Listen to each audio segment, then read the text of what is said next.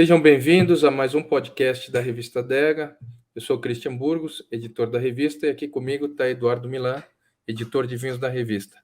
Fala, Edu, como é que você está? Oi, Christian. Mais um prazer estar com vocês aí no nosso podcast. E estou ótimo, vindo de algumas viagens, muitas degustações. Eu acho que você também, né? Degustação que não acaba, e viagem também. Me fala um pouco aí, o que você fez esse mês? Para onde você foi? Então, final de abril, eu tive na Decanter Wine Awards, eu tive em Londres para Você estava participar. julgando, né? Você Sim, fui estava um como jurado. júri. Sim. Exato. E daí eu fiquei uma semana lá julgando, e depois, terminando, eu fui para Portugal no concurso de vinhos de Portugal, e também fui visitar vinícolas na região do Tejo também. Daí eu voltei. O que você degustou na Decanter, Edu? Esse ano, Christian, eu participei da mesa da Argentina, da América do Sul, né? A mesa da América do Sul, que é Argentina, Uruguai, Brasil e os outros países da América do Sul. 3 dias, um dia da mesa do Chile e um outro dia da mesa de Portugal, pela primeira vez. Foi muito Parabéns. bacana. Foi uma ótima Acho que experiência. depois do Guia de Portugal, você entrou no mapa do pessoal para também degustar Portugal lá na Decanter. Eu fico super orgulhoso. Parabéns, é uma conquista grande sua. E eu fiquei bem feliz porque foi uma conquista e um começo aí. Vamos ver nos próximos anos o que vai acontecer. Mas eu estou bem otimista. Legal, e depois você foi lá para o concurso em Portugal, direto. Exatamente. Daí eu passei uma semana na região do Tejo, foi muito bacana. Provei umas coisas bacanas. O bom desse concurso é que tem visitas e jantares com produtores, não só da região do Tejo. Então foi uma chance. Numa semana eu provei mais ou menos uns 400 vinhos de Portugal e deu para conhecer bastante coisa nova e tudo que a gente vai colocar no Melhor Vinho aí nos próximos dias. E também vão estar no nosso próximo Guia de Portugal aí, que está para ser lançado nos próximos meses. Você vai começar a degustação do Guia de Portugal agora, né? Acabamos de Segunda-feira. terminar a Espanha, né? Acabamos ontem, né? Tivemos a final ontem. Foi super final. Em 2 semanas, Christian, eu degustei em Portugal perto de 500 vinhos e na Inglaterra também uns 600. Pô, em 2 semanas de degustação full. Foi bacana. Legal. Parabéns. Eu também viajei bastante. Eu fui para uma região não produtora, fui para Düsseldorf, para Provine 2022. Muita gente foi o recorde de brasileiros indo para a feira. Encontrei muito importador, muita gente das grandes redes de varejo. Também encontrei os produtores brasileiros que tinham um espaço de degustação lá. Lá degustei no Brasil algumas coisas diferentes que vão chegar para você degustar também, que eu pedi 2 garrafas específicas, vão chegar para você também degustar.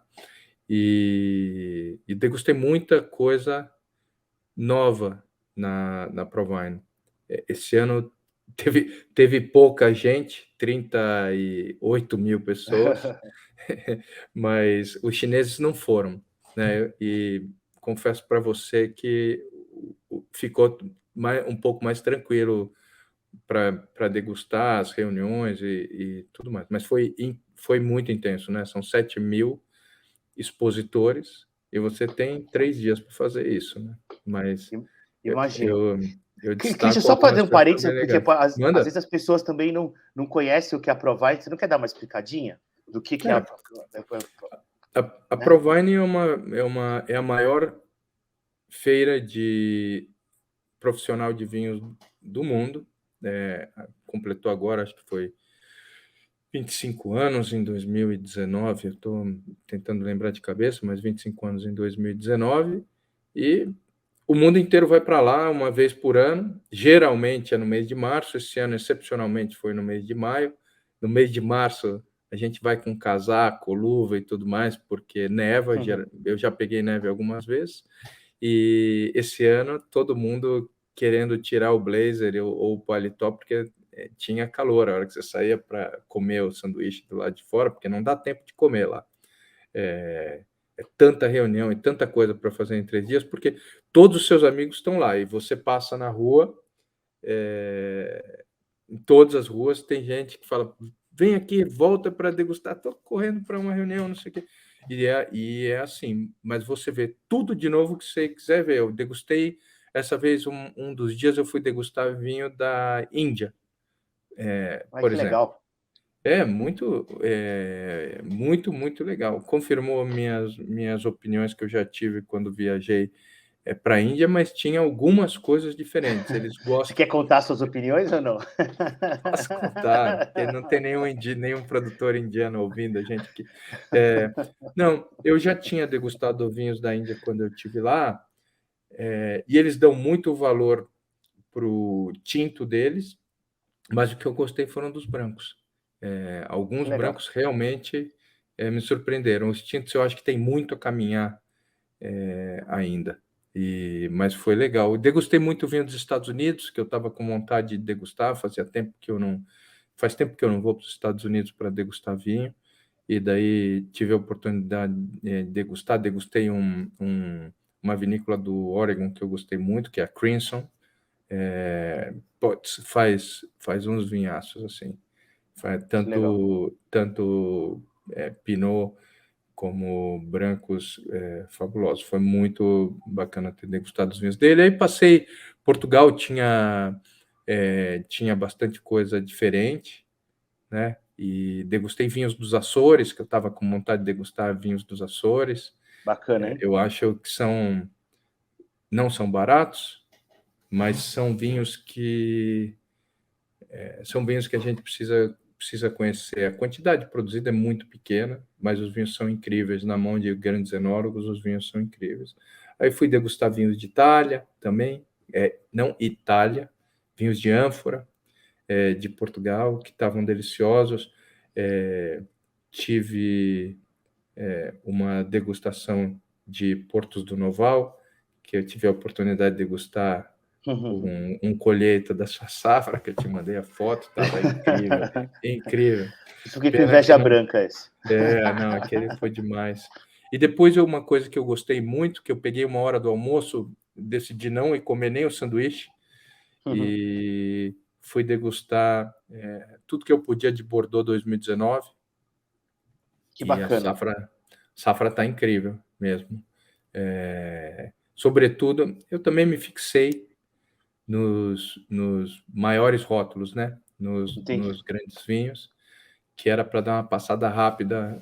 Teve algum destaque que você lembra assim de cabeça que você achou máximo que é Putz, legal? Edu, eu tomei nota, mas eu degustei muita coisa muito rápido. Foi uma daquelas festas. Sim. Mas, por exemplo, Mas para ter uma ideia da safra em geral. Calon, Legal, bacana. eu degustei Calon Segur, degustei Que legal. Valandro, degustei muita coisa que eu gosto e que continuava muito bom. Ponte Canet, que eu comprei o vinho en primeiro, então eu queria saber se eu ia ficar feliz ou não quando eu recebesse. Assim vai. Então, Vai ficar feliz? vou ficar super feliz. Eu também vou Foi ficar show. então, porque eu comprei também. Eu sei. Então Eu tá sei, bom. não, o vinho tá demais. Eu acho que confirmou bem o que a Que bom. gente esperava da safra. Não é uma safra fácil, né? Não é uma safra fácil, mas para quem soube fazer, os vinhos estão fabulosos. Muito bem, eu acho que daí conclui as viagens. Eu fui para o sul, mas fui para a corrida, para o Wine Run. Obviamente, um dos dias eu degustei com alguns amigos lá. Fui visitar o Anderson, Da nosso Vista amigo Montes. da Vista Montes. Ele está com uma coisa lá fazendo testes, o primeiro teste que está sendo feito ele vai ficar bravo, cubas de cimento. Eu sei, ele mandou foto para mim, que é de um cara que está produzindo no Brasil, né?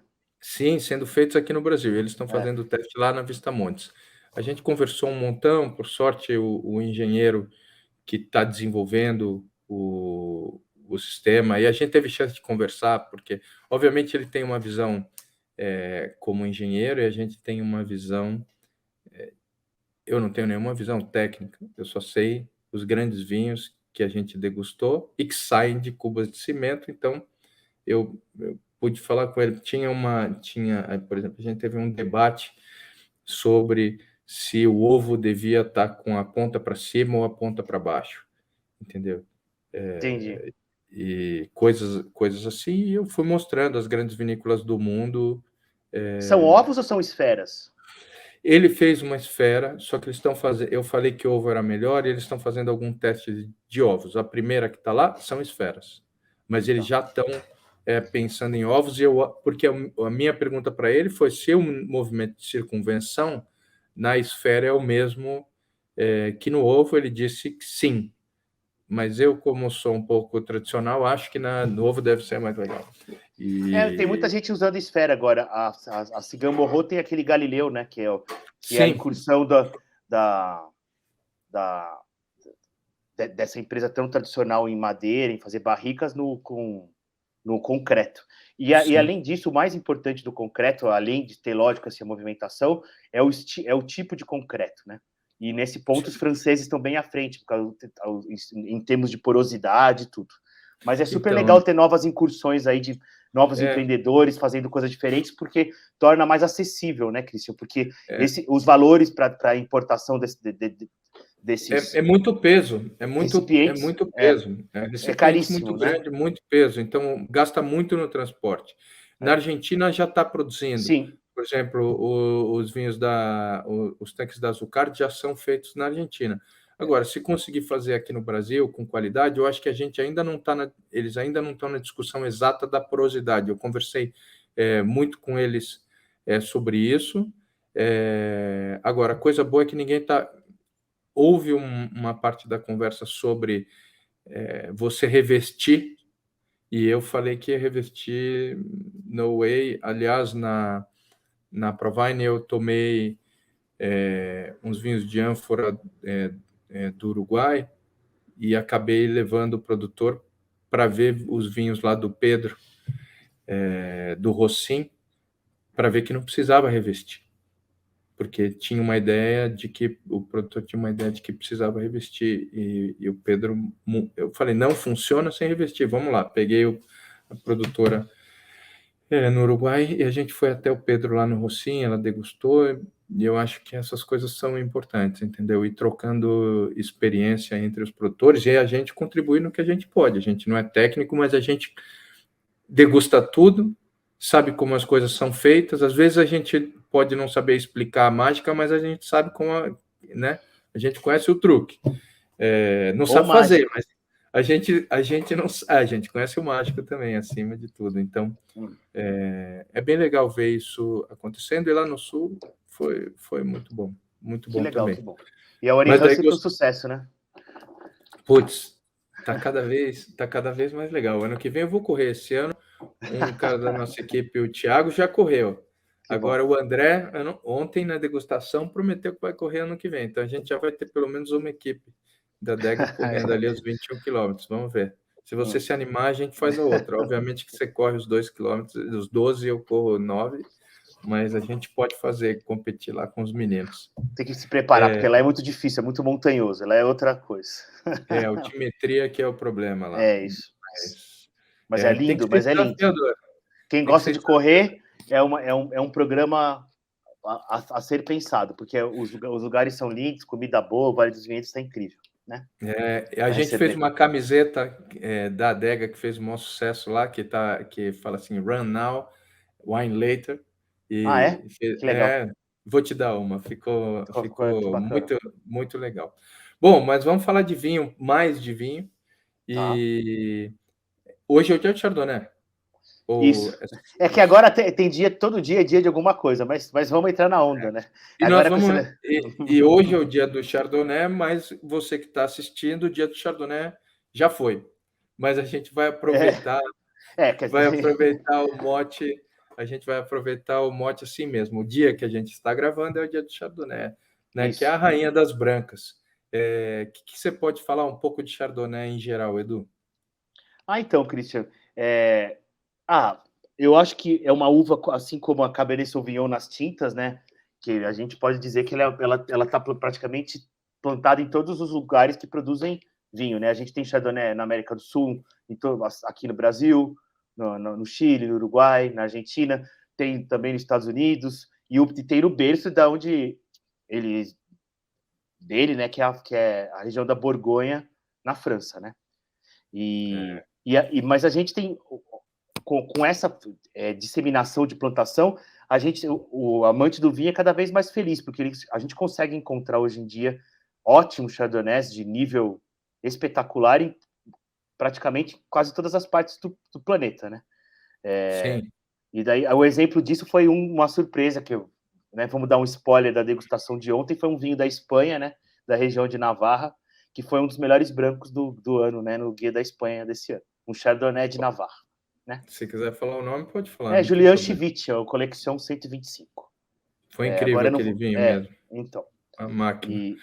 Mas é engraçado de ver, né, como é o desenvolvimento do Chardonnay. O mundo inteiro começou copiando ou tentando copiar a Borgonha, aí depois foram para um outro caminho completamente diferente, untuoso, com muita madeira e tudo mais, como aconteceu nos Estados Unidos, e depois também foram por se consequência encontrando, do desafio do julgamento de Paris, né? Que, se não me engano, teve brancos também, né? E daí Não, foi sim. E daí se destacaram e todo mundo começou a olhar para lá. Mas eu acho que tem coisas muito bacanas. Assim, se eu fosse enumerar alguns chardonnays, a gente degustou alguns bem bacanas aí nos últimos meses na revista, seja da França, da Borgonha, a gente degustou do Chile. O Chile está fazendo chardonnays muito bons, tanto no norte do Chile, né, quanto no sul do Chile. Né? A gente tem chardonnay na região de Limari, a gente tem na região do Atacama, e a gente tem no sul do Maleco, né, no sul do Chile, que são muito interessantes. Posso te atrapalhar um pouco aí sua linha de raciocínio, mas querendo puxar um passo antes sobre a questão do estilo do Chardonnay, para as pessoas compreenderem, né? A gente, se você puder dar uma volta para a Borgonha e falar como é o estilo de Chablis e de outros Chardonnays da Borgonha, como isso impactou a visão do que as pessoas esperavam de Chardonnay, ou que elas devem esperar dos grandes Chardonnays, e depois o rumo que isso foi tendo de excesso de madeira, até hoje chegar gente que usa madeira muito bem utilizada, mas também gente que não usa madeira e faz grandes Chardonnays, que isso, vamos lá, é uma raridade, ou era mais raridade do que é hoje, mas era uma realidade quando a gente começou a revista. Assim, né? eu acho que, em termos gerais, a gente tem uma mudança mundial em busca de mais frescor e menos extração, menos sobrematuração. E isso também se reflete no Chardonnay, né? No estilo dos brancos também. E é uma coisa bem perceptível nos últimos anos. É verdade que no começo da revista, no princípio dos anos 2000, estava muito mais exacerbado esse estilo super amanteigado, potente dos vinhos brancos, inclusive do Chardonnay, né? Vou trazer uma curiosidade aqui. As pessoas, muitas vezes no Brasil, quando a gente conversa, eles acham que o Zinfandel deveria ser a uva mais vendida nos Estados Unidos, porque é a uva americana, e daí a gente fala que o Zinfandel não tem participação nenhuma, muito baixa a participação no mercado norte-americano, e que o Chardonnay é a variedade mais consumida nos Estados Unidos. E daí eu fui ler por que o Chardonnay é a variedade mais consumida nos Estados Unidos, e a gente descobre que o Chardonnay americano, por definição do início dos anos 2000, tinha muita madeira, a madeira carregava um aspecto de baunilha muito forte no vinho. E daí aí você volta para a questão do sensorial e da memória afetiva que você tem nos temas sensoriais que te pegam, e daí você descobre que nos Estados Unidos tudo tem baunilha, que o sorvete mais vendido dos Estados Unidos é o sorvete de baunilha, que qualquer coisa que você compre tem o aroma baunilha também como uma das variedades, e daí você conecta uma coisa a outra. Isso foi muito legal para eu entender como a memória afetiva seria ou é capaz de influenciar a sua seleção de vinhos, sobretudo no começo da sua trajetória no mundo dos vinhos, né? E isso foi uma descoberta curiosa e bacana para mim. Que legal. Mas é legal ver como o Chardonnay nos Estados Unidos também evoluiu muito, né?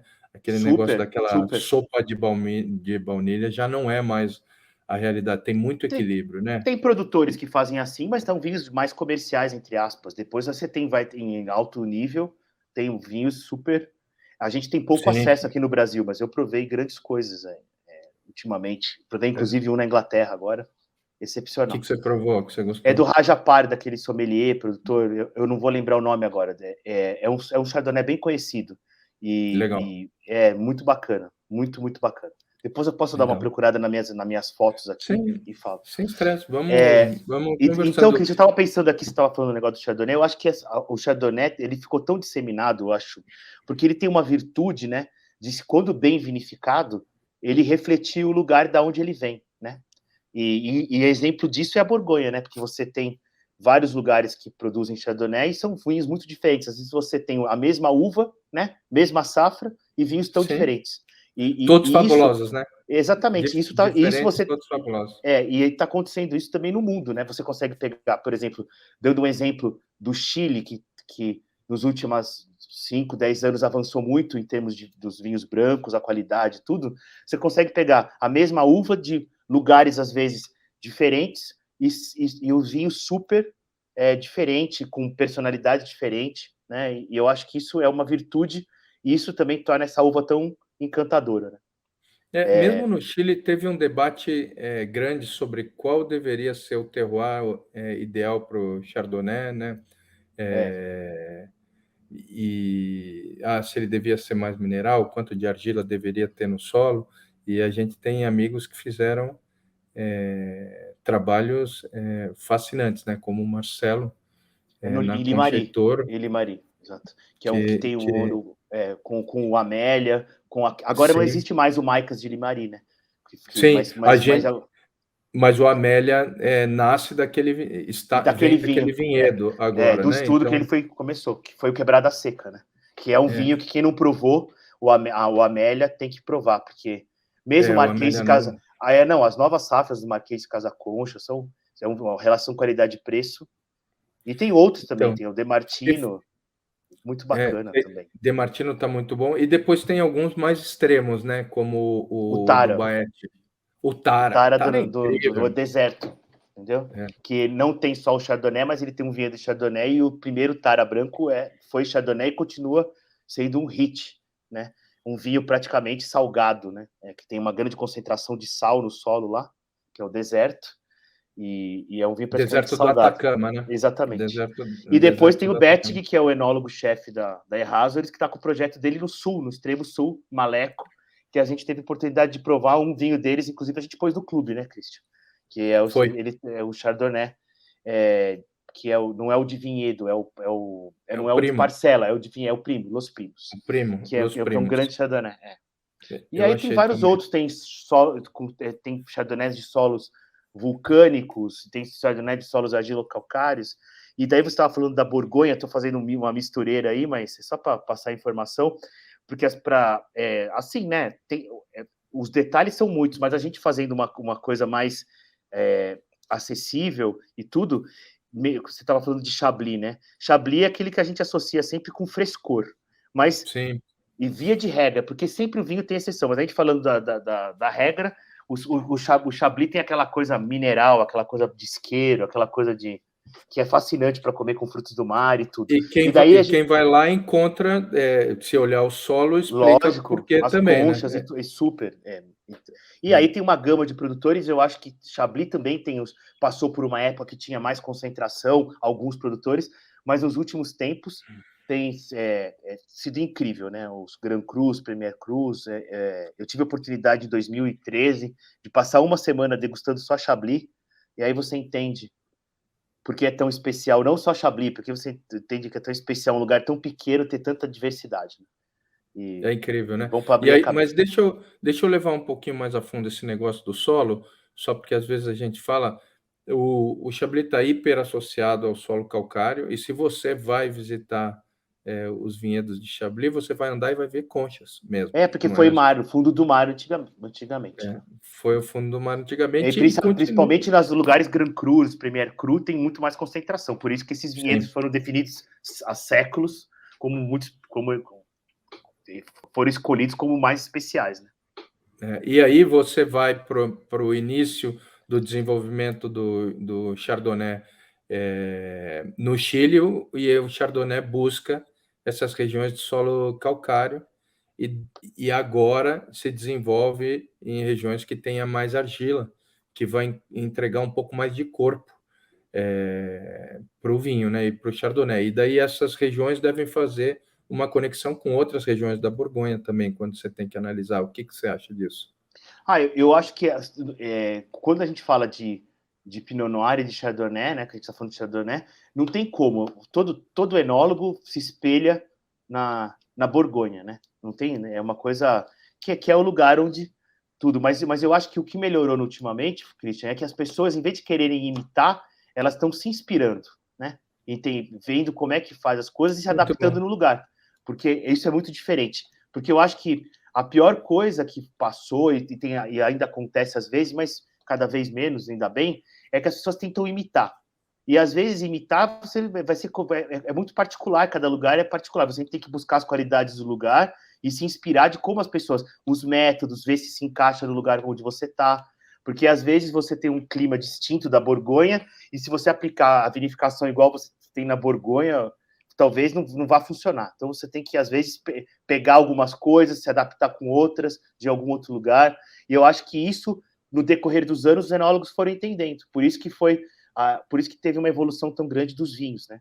Eles foram lá, Concordo. olharam, viram, aprenderam, mas também aplicaram o aprendizado que eles tinham nos lugares de origem deles, né?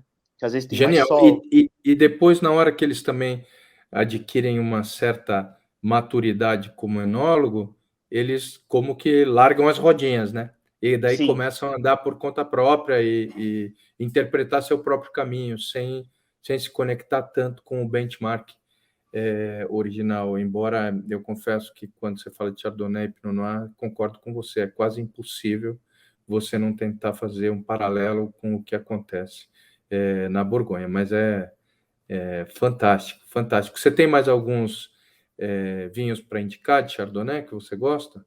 Eu vou fazer Que uma a gente colinha tenha do degustado? melhor vinho aqui, Christian, que a gente degustou. Legal. Você quer falar um do Jurá que você gosta muito, se você Eu sou fã, ou embora vocês sejam fãs de outro da linha, eu estou meio apaixonado pelo Jurá agora, e daí a gente degustou alguns vinhos de um produtor que chama Jérôme Arnaud, bem pequeno, e eu gosto de um Chardonnay que chama Chantemerle.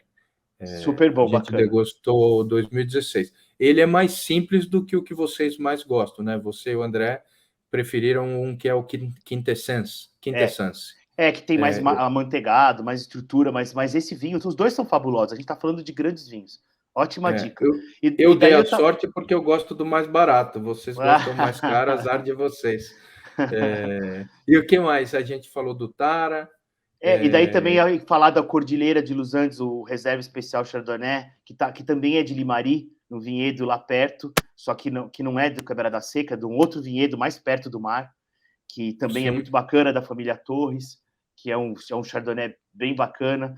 Eu vou bater na tecla do Marquês de Casa Concha e do Amélia, mas principalmente Do o Marquês de Amélia. Casa Concha pela relação qualidade-preço. Para mim é um mini Sim. Amélia, e eu acho que às vezes é legal voltar a provar esses vinhos, apesar de serem de grandes produtores. Eu acho que eles oferecem sempre uma consistência e todo mundo está evoluindo. Eu acho que a gente sempre tem que voltar às vezes provar, porque são surpreendentes muitas vezes. Aqui do Brasil, eu gosto muito do Leopoldina, da Casa Valduga, Sim. do Chardonnay, grande Chardonnay E a na gente minha podia fazer um opinião. parênteses do Chardonnay brasileiro, porque tem muito Sim, potencial, né? A tem muita gente coisa boa, né? tem alguns produtores. Durante um tempo, alguns tinham um estilo buscando mais essa coisa amanteigada e tudo, mas eu acho que hoje em dia tem opções para todos os gostos, e quem privilegia a fruta, seja na campanha gaúcha, ou seja no Vale dos Vinhedos e tal, tem feito coisas muito bacanas. O Saltão Virtude mesmo, Christian, deu uma bela Muito bom, evoluída. deu um up muito grande. Deixa eu aqui fazer uma parte, Edu, que a gente às vezes fica falando de fruta, quando a gente começou a discutir, não, porque é um suco de frutas e não sei o quê, a gente parecia por essa descrição que você estava abrindo mão da complexidade das camadas e tudo mais. Quando a gente usa essa descrição de privilegiar a fruta, de valorizar a fruta, é não utilizar insumos ou metodologias que encubram a fruta. Então, um vinho que não manifesta a fruta não consegue manifestar o seu local de origem, né? Porque a expressão do local de origem, fora o estilo, a expressão do local de origem vem na fruta. Então, quando a gente fala isso, nós não estamos falando de vinho simples. A gente ao contrário, grandes a gente está vinhos, falando ao contrário. Ao contrário. Mas... E também tem uma questão: quanto menos maquiagem, mais difícil é de fazer o vinho, né? Porque a maquiagem ajuda a corrigir algumas coisas, encobrir algumas coisas, né? No ser humano também acontece. Maquiagem muitas vezes ajuda, mas se é muito mal usada também atrapalha. Né? Sim, o que eu estou querendo dizer. Eu entendi, mas via de regra ajuda. Via de regra ela tem uma razão de ser, né? Lógico. Mas no vinho a melhor coisa que a gente acredita é o vinho que é puro, que é autêntico, que é franco, e por isso, como o Eduardo falou muito bem, tem um excelente perfil de fruta, valoriza a fruta ao invés de ficar valorizando só a madeira. O que não quer dizer que usar a madeira seja um crime, sobretudo quando a gente fala de Chardonnay, né? Não, É um grande exemplo de um vinho que deve ser bem utilizado com madeira, ou existem grandes chardonnays que não usam madeira, mas eles são um pouco a exceção hoje no mundo do vinho, né? Você tem mais algum? Você tem algum Chablis para recomendar? A gente falou tanto de Chablis. Sim, o que você degustou aí recentemente? A gente degustou, assim, nesse de março, a gente degustou algumas da linha do Domani La Roche, que está bem bacana. Tem um estilo um pouco mais com a madeira presente, mas porque são Premier Cruz, Grand Cruz, e são bem bacanas, e são vinhos que estão bons agora, mas tem grande potencial de envelhecimento, né? São vinhos legal. Que você poderia deixar 20 anos e 20 e tantos anos. A gente teve alguns problemas com o aquecimento global em algumas safras do final da década dos anos 2000, né, Cristian? Que foi um problema sério na Borgonha, e começo dos anos 2010 e tal, que teve vinhos evoluindo, se oxidando muito rápido. Mas eu acho que isso foi uma fase que passou. Eles estão se adaptando com essa coisa da mudança climática, e eu acho que está passando. Mas a gente teve problemas de vários grandes vinhos. Esses vinhos que você degustou estão livres desse problema ou eu acho que pelo que nós provamos são vinhos que têm mais frescor, e eu acho que eles vão aguentar em garrafa tranquilamente. Entendeu? Putz, que lindo, porque os grandes chardonnays evoluídos da Borgonha são uma coisa para a vida, né? Assim, sim, difícil de encontrar, difícil de guardar também, porque uma das características do Chardonnay é que ele é bom a todo momento, né? Você abre com 5 anos, está bom. Abre com 10, está melhor, mas o de 5 anos estava bom. Abre com 15, ainda melhor, mas o de 10 anos estava bom. Então, é difícil de manter os Chardonnays os grandes Chardonnays na adega, mas brancos, grandes Chardonnays, quando você tem a oportunidade de provar algumas vezes, é uma coisa incrível, né?